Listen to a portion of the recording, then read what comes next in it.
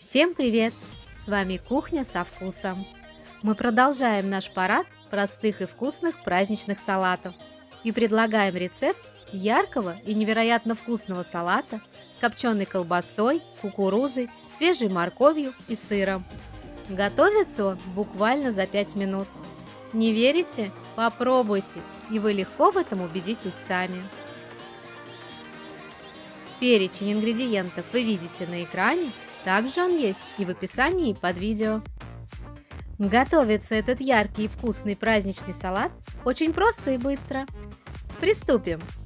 С копченой колбасы снимаем оболочку и нарезаем соломкой. Перекладываем нарезанную колбасу в глубокий салатник.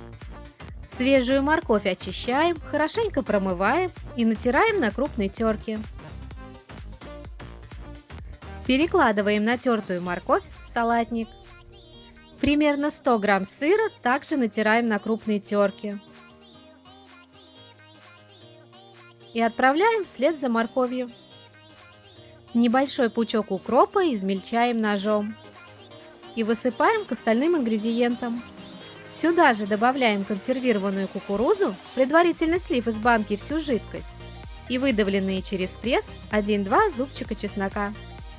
Солим, перчим по вкусу и заправляем майонезом. Все хорошенько перемешиваем.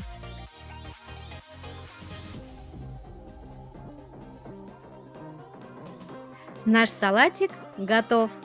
Правда же все очень просто и быстро у нас получилось?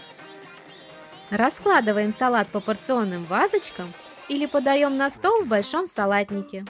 И наслаждаемся его ярким насыщенным вкусом и прекрасным внешним видом.